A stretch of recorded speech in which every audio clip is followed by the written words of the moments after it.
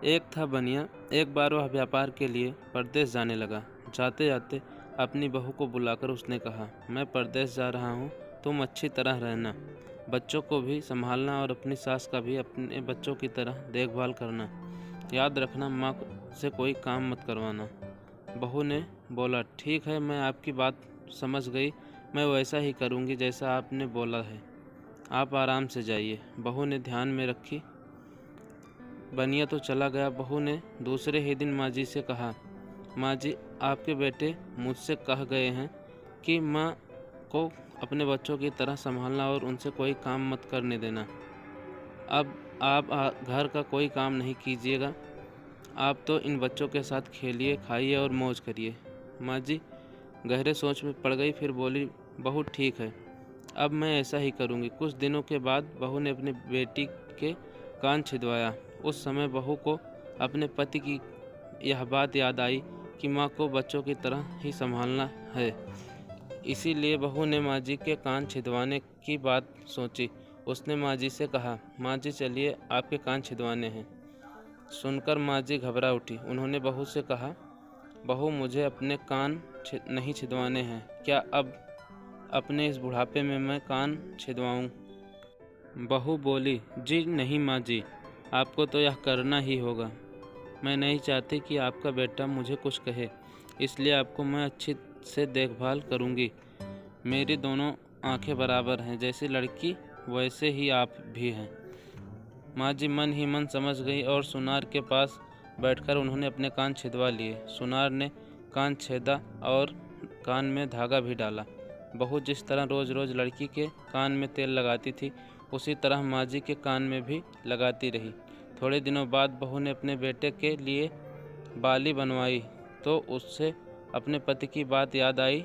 फिर उसने माँ जी के लिए भी बाली बनवाई और कहा, आइए आपको यह बाली पहना दूँ। माँ जी ने कहा, बहू आपको मुझको बाली क्यों पहनाती हो? मैं बूढ़ी हूँ, मुझे इसकी ज़रूरत नहीं। बाली तुम अपनी बेटी को पहनाओ, मुझको नहीं पहननी है। लेकिन बहू नहीं मानी। ज़बरदस्ती करके माँ जी को बाली पहना ही दी। इसके पश्चात माँ जी छोटे बच्चों के साथ अपना मनोरंजन करती, घूमती खेलती और कई तरह के मौज मस्ती करती। बहू ने एक बढ़िया दिन देखकर अपने बेटे को नाई से चोटी रखवा ली। फिर बहू को माँ जी की याद आई। माँ जी बच्चों के साथ खेल रही थी, उन्हें वहाँ से बुलवा लिया और कहा, माँ जी आइए, नाई के सामने बैठिए। अपने लड़के की तरह मुझे आपके सिर पर भी चोटी रखवानी है। जब गोविंद के चोटी रखवाई है तो आपकी क्यों ना रखवाऊँ, इसलिए आप जल्दी से आइए। माँ जी ने बहू को बहुत समझाया पर बहू टस से मस न हुई। आखिर में माँ जी नाई के सामने बैठ गई और उन्होंने अपने सिर पर चोटी रखवा ली। बहू ने गोविंद को और माँ जी को जो बोला वही किया उनके साथ। बाद में बहू रोज़ माँ जी की चोटी में तेल डालती, चोटी गूँथती और सर पर ओढ़नी डालकर माँ जी को बच्चों के साथ खेलने के लिए भेजती। जब खाने का समय होता तो बहू उनको आवाज़ देकर बुलाती है। ऐसे ही रोज़ का हाल था। जब बेटा घर वापस आया तो सबसे पहले उसने बहू से माँ के बारे में पूछा कि माँ कैसी है और कहाँ है, मुझे उनसे आशीर्वाद लेना है।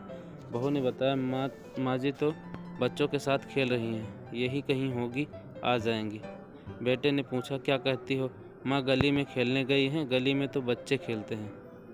क्या बूढ़ी माँ कहीं खेलने जाती है? बहू ने कहा, मैं तो माँ को खेलने भेजती हूँ। आपने कहा नहीं था कि माँ को बच्चों की तरह रखना? मैंने तो लड़की की तरह माँ के भी कान छिदवाए और कानों में बालियाँ पहनाई। जब लड़के की चोटी रखवाई तो मैंने माँ की भी चोटी रखवा ली थी। जब मैं सबको खेलने भेजती हूँ तो माँ को भी क्यों न भेजूँ? मुझको सबके साथ एक सा व्यवहार करना चाहिए। पति समझ गया कि उसकी मूर्ख स्त्री की अकल का दिवाला निकल गया है। बाद में पति के कहने पर बहू ने माँ को पुकारा। माँ जी गली से खेलती खेलती आई और अपने बेटे को देखकर उसकी आंखों से आंसू छलछला आया। माँ की हालत देखकर बेटा भी दुखी हो गया।